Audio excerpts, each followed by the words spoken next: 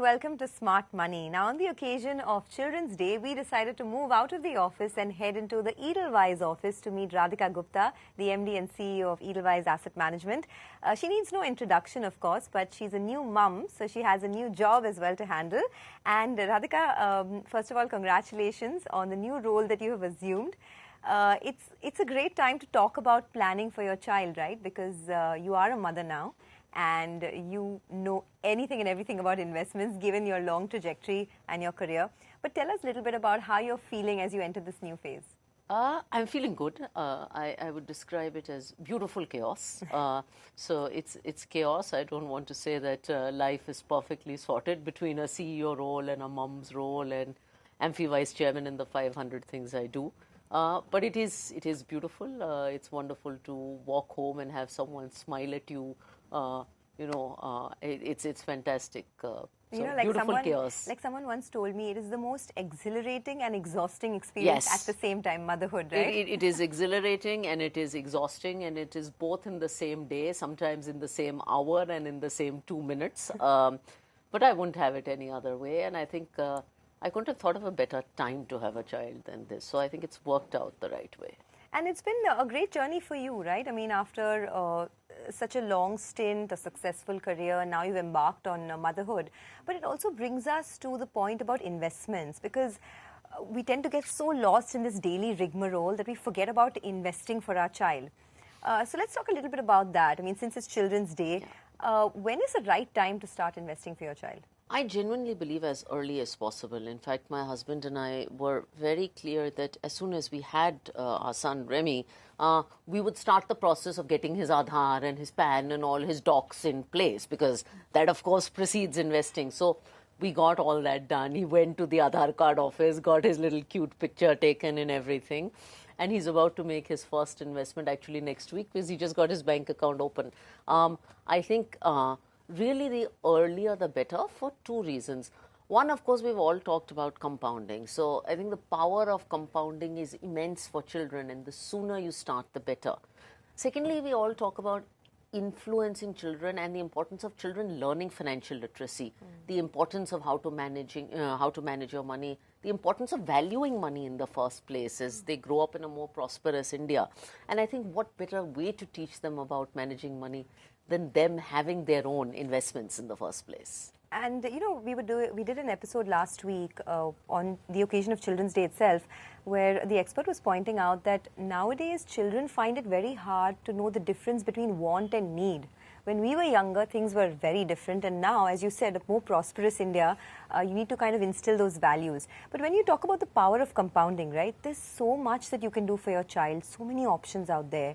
Where do you start and how do you decide? So I think you want to keep it simple with children. Children have a long time horizon, which means they have risk appetite and they need wealth creation. So equity is, of course, the right asset class, I think, for children. If you're looking at long-term investing, I mean, for my son, we're looking at 18 years, definitely, right? So equity is the right asset class. I think within equity, what we are going to do, and I think what works for most children, is index funds. They're simple. You're finally buying India's growth. It's a child growing up in a prosperous India who's going to benefit from the economic growth from India. So you want to look at equity index funds, which will give you that long-term India equity growth. You don't have to worry about which fund manager, what will happen over 18 years, because 18 years is a long, uncertain period. So index funds are a way to cut out that uncertainty and just give them the India growth. Okay, so that's on the equity side, which I will come to in detail later. But what about other asset classes and what about other schemes, right? Whether it is, say, FDs or corporate FDs, Bharat Bond, you have the Sukanya Samriddhi scheme. How do you decide how much to put where? Okay, so I think finally you have to do an asset allocation for your child, and asset allocation is very personal, whether it's for an older person or for children. If you want to add debt as a part of your asset allocation and you're doing long-term debt investments, then I think long-dated target maturity funds. For instance, you can do a 15-year target maturity funding. We have a 2037 fund. You can lock in rates today, and rates are high today, incidentally, when we're having this conversation, for a 15-year period and then realize that. So a long-dated but tax-efficient option, I think, could work nicely. The second asset class, I think, that works well beyond domestic equities is international equities for children. The reason is many of us will want our children to study abroad. Now, when I graduated from college from Wharton, fees were 40,000 US dollars, and I think the exchange rate was 40 or 50. Wow. Cut to today, the exchange rate is 80 and fees are probably $70,000. So you want some benefit of that dollar appreciation. So you can take money and park it in a foreign equity index fund or a foreign index fund, some part of it for college education. Okay. So you said foreign equity fund for, college education, right? If you had to look a little more deeper into the Indian equity space, if you want to sort of start, now I have a 5-year-old and I want to start investing for him. How do you decide whether I need to get into large caps, mid caps, small cap funds? What should the kind of, portfolio look like, the model portfolio? So children, because they have risk appetite, I think some kind of multi-cap approach works to children. I'll tell you what we are doing, with our son. Now, we have an index fund called a large and mid-cap index fund. So it has 50% large cap exposure and 50% mid-cap exposure. A pure large cap portfolio, I think, for children, in my view, is a little conservative. They want, they need the alpha of mid-caps. Now, you can debate small caps, etc., etc. But I think this 50-50 combination, which we have in a single fund, that's one that we're going to do. An SIP approach works well for children. So parents can start saving month on month, take a portion of their monthly savings and just allocate it to the child. And then they can top up the SIP as incomes rise, needs rise, etc. So I think a blend of large and mid-cap or some kind of multi-cap approach works really well. Okay, and within passive funds, what are the options that you would suggest, say, for children? I will come to actively managing your portfolio next, but within passive funds itself, what's the approach? So I think the passive equity fund range is very vast today. That is the good news. And it's very confusing as well, right? For people who, for you and me who've tracked the markets for long, we know our way through. But every other parent I meet tells me that I'm so confused, I don't know where to put the money. Seriously, because there are large cap things, there's small cap things, there's smart beta things. What do you do? So I think I'm going to name a couple of things I like. As I said, I love this large and mid-cap fund because it's just one simple option. And if I did nothing else for my kid and just did this, I'd be quite happy in a single fund because parents have a lot of parenting to do besides managing money for their children. Within equity index funds, there are also other options. So you can create your own combinations. You have mid-cap passive funds, you have small-cap passive funds, you have Nifty and Next 50. So you can take all of these and make your own combination of a multi-cap portfolio. So that's one very nice thing you can do. I think those are, and then you have a bunch of debt passives, as I said, that work really well. So, if you're looking at long term, right? You said you're investing for your son for the next 18 years. Now, we live in a world where there's so much digital disruption every year. Yeah. How do you deal with that? A sector that is in flavor today is suddenly become redundant tomorrow. Do you just ride it out, or do you take stock of your portfolio every few years that you've invested in for your child and change your approach? How does it go? I don't think you worry about that too much because 18 years is too long a period to predict, right? So I think you go with a diversified fund approach and you really go with the belief that if you're investing for 15 or 18 years, as long as you get the India growth story plus some alpha, as long as you get some combination of large, mid and small, and you get a cross section of sectors that works. One of the nice things about index funds is that indices are self-selecting. So if IT as a sector is growing, market cap of IT companies will grow and it will be a larger portion of the index. So you will get that growth, maybe with a lag, but you will get it in passive funds. So do you have a historical, a summarization of how perhaps the Edelweiss funds have done? In the last, say, 5 to 10 years, have the index funds beaten the benchmark? Have they beaten passive, active funds? What does the data suggest? So I'll give you two data points. One is of a fund a combination that we're launching, and one is of a fund that exists today. we did a combination portfolio of 3 funds that are coming up for launch. Very, very simple funds. Next 50 index fund, which all viewers are familiar with. A mid-cap momentum fund, so which is 50 mid-cap companies out of the mid-cap universe. And a small-cap index fund. These 3 in a combination, and you can pick the mix you want. You can pick 50, 25, 25, you can pick 40, 30, 30. On a risk basis, they're actually similar to actively managed funds. On a return basis, they outperform by a couple of percentage points. The other one so that's a nice combination that you can make, and you can tweak the things. You can tweak the choices. If you want to be more conservative, you add more next 50. If you want to be more aggressive, you add more small cap and mid cap. The other one that we've done is for our large and mid cap index fund, which is the one I talked about. I think that beats most large and mid-cap active funds quite handsomely. Oh, really? Yeah. Okay, well, I do want to talk a little bit more about that, but I'm going to take a small commercial break. Be right back in a bit, in moments from now, back on Smart Money.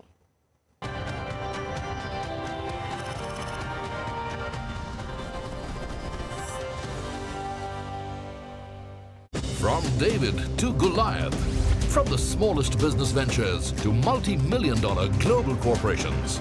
Meet the movers and shakers, today's newsmakers, and tomorrow's leaders.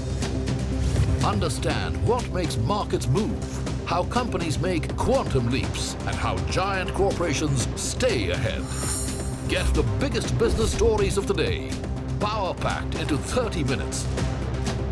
On Business 360 at these times. Get up close with the movers and shakers of the Indian startup economy. We don't have a mission, we have passion. We look at being able to back more than 500 to 600 brands across different categories. I like to find the gap in the market and support brands that would require the springboard that I can bring in terms of my platform and see potential of growth. India is the fastest growing digital payments ecosystem in any of the large economies. We are very excited about how we can ride that wave and how can we continue to be front runners. India's most comprehensive daily show on startups. Startup Street celebrates 3 years of showcasing India's startup story. The last hour. Anything can happen between the bells. But what happens during the last hour is what matters the most. The biggest market swings. A close-up look at what's driving them and how the investors are reacting.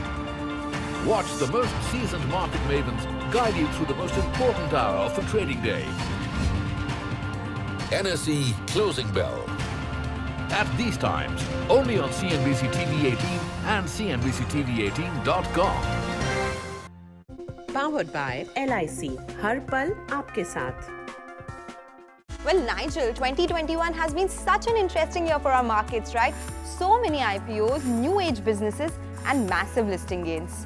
And with them came so many new questions and jargons to decode. You know what we should do, Nigel? We should take a deep dive into these companies, understand the businesses, and break it down for our viewers. Well, and along with that, we'll also understand the triggers and the risks that lie ahead. We'll also get in the managements to understand their strategies. So Nigel has decided, right? Let's look at all these businesses in our special series, Inside Out. Inside Out. At these times. How about listening to global market maestros before crafting your investment strategy? How about getting deep insights into their businesses from top Indian honchos before putting your money on the line? How about making every trading day profitable with strategies from the market masters, macro pundits, and chart wizards? Only one show gives you a head start to your trading day. Get ready to profit. Get ready for business with Bajar at these times on CNBC-TV18 and CNBC-TV18.com.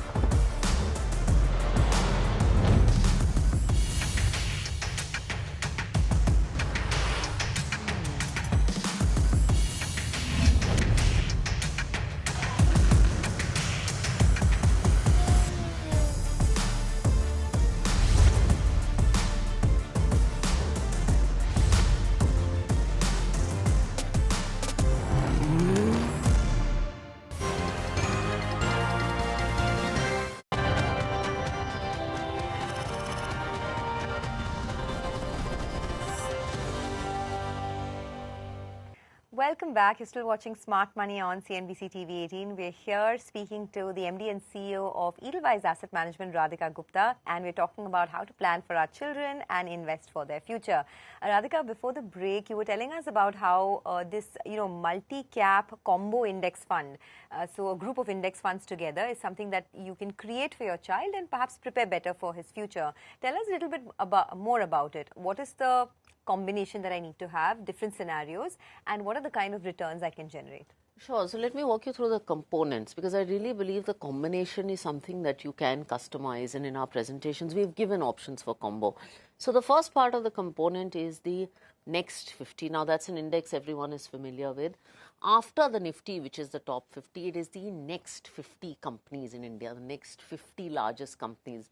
So you're really benefiting from leaders there. That's what I call your anchor and your safety.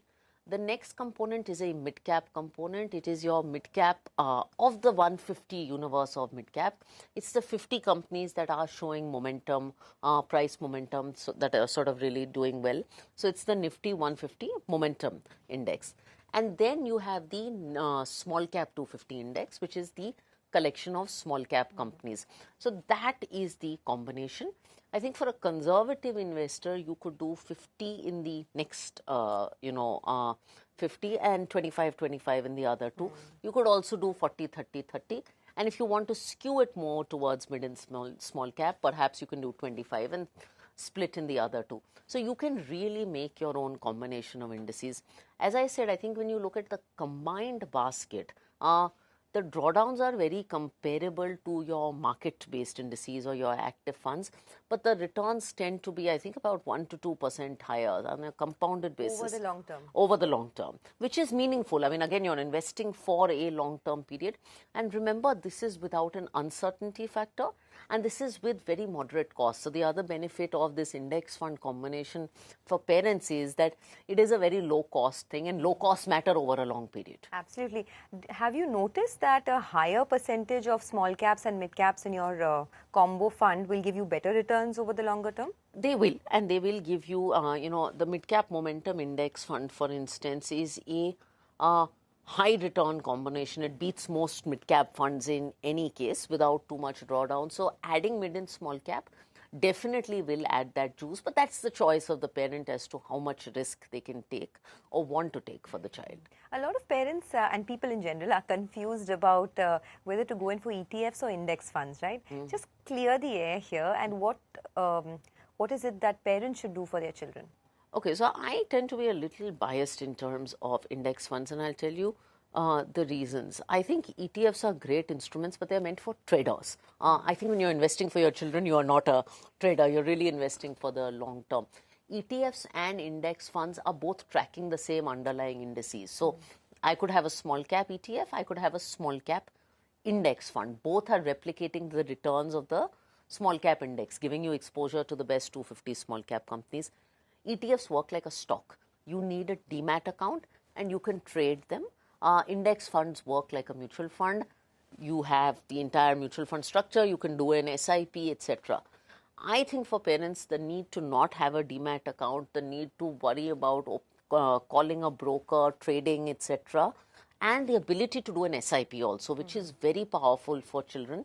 Index fund format works better for most people. Okay, so index funds over ETFs any day, right? We also talk about how to plan for your education of your child post 18. Yeah. So how do you decide which mutual fund or which index fund outperforms up until then? I mean, it's a long time period that we're looking at. And that is why, I think that you almost can't figure out what will outperform in 18 years. If you were to ask me what category is going to outperform in 18 years, if you were going to ask me which AMC is going to outperform, which scheme is, it is very hard to guess. I mean, look back 18 years, the mutual fund industry has changed colors completely in terms of what's on offer. And, forget 18 years. In 5 years, we see that the best performing scheme of the last 5 years is nowhere today. So why get into that guesswork? That's why the case for passive funds. I mean, I personally invest in active funds for myself, but for my child over 18 years, Do I want that uncertainty factor? Can I take that bet? Probably no. And do you take stock of your child's portfolio every 5 years? Because a lot changes, right? Sometimes you bet on a person, you bet on the fund manager, you bet on the group. Yeah. But things change over a period of a decade or so. So when do you take stock? I think you should take stock of your child's portfolio every 3-4 years. As your child is perhaps going to college, getting older, the need for cash flow probably increases. So it also depends on what you're building that portfolio for. But the child's need in terms of wanting to withdraw from that corpus could increase. So if your child is 13 or 14, maybe you take stock of the portfolio then, make your portfolio a little more conservative, plan for education when he is 18 or 19 and 21, add a little bit of fixed income. Maybe you can add a 4-5 year target maturity fund so that when he's 18, you have a certain corpus in hand. I think the first 10-12 years when you don't need the corpus are ones to really build the corpus. And what about gold? Sovereign gold bonds, gold ETFs, anything like that you would add in your child's portfolio? I would not do it simply because over 18 years, I think equity outperforms as an asset class. So I don't need the hedge against inflation that gold solves the purpose for. Okay, so now we're going to do a quick rapid fire on not just parenting, investment advice in general. I know none of us are experts here. We're just learning along the way. Least of all me after a 4-month-old. So I'm no one to give anybody advice. I'm a taker of advice. Actually, I'm a bit more mature mom compared to you, so maybe I should be throwing the advice at you. Advice. But the only advice is that there's no advice. Correct. Okay, so let's do a quick rapid fire, right? Let's start with that. One investment advice that you would give new moms or dads. Investment advice, I think more money advice, Sonia. I would say teach your children to value money. Okay, well, it's hard for adults to value money. It's hard for adults to value money, but it's really hard for kids to value money. And I think the earlier you can instill that in today's India, the better. Okay. What's the one investment mistake you would avoid? What's the one investment mistake? Doing very complicated things, especially for a children's portfolio. Really, you can get away by being very simple. And the second thing I would do is avoid being very late. Okay, start early. Start early. All right. That's my next question. What's the best time for parents to start investing? Now, literally now. Do it as soon as your child is born, get the setup done and get started. And as they grow up, start talking to them about it. Okay, 3 top mutual funds that you would advise for your children. So I would do, a large and mid-cap index fund, which I've talked about. I would add some flavor of, small cap and mid-cap. And if your child is going to study abroad, I would definitely add an international portion. Okay, and how much should the international portion be? I think you have to work out the rupee corpus. So if you can try to work out the cost of education, you should try and cover some part of it in international. Okay. Now, education is expensive, so you may not be able to do a lot, but it could be a meaningful portion, could be 25-30% also. Okay, all right, given the way the rupee is going. Yeah, so I mean, US dollar fund. Okay, and finally, your biggest learning as a new parent? My biggest learning as a new parent is that, two. One is that you shouldn't be so harsh on yourself. I think moms tend to be very, very harsh on yourself. And one of the things my mother told me is that no mom is ever going to do anything bad for her child. No mom goes out there to be a bad mom. So remember when your child smiles that you're not a bad parent. So don't have guilt.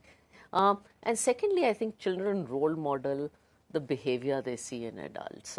It's the same learning I've had as a CEO. So be the parent you want your child to be the human being you want your child to be the leader you want your team to be. And enjoy the ride. And enjoy the ride. Right. It goes by very quickly. Radhika, always a pleasure speaking with you across topics, across sectors, and now with this new role, I wish you all the very best. Thanks so much for being a part of our Children's Day special on Smart Money. Thank you and happy Children's Day. Well, with that, it is curtains down on another special edition. Keep writing to us. We love receiving feedback. Until we meet again, stay safe.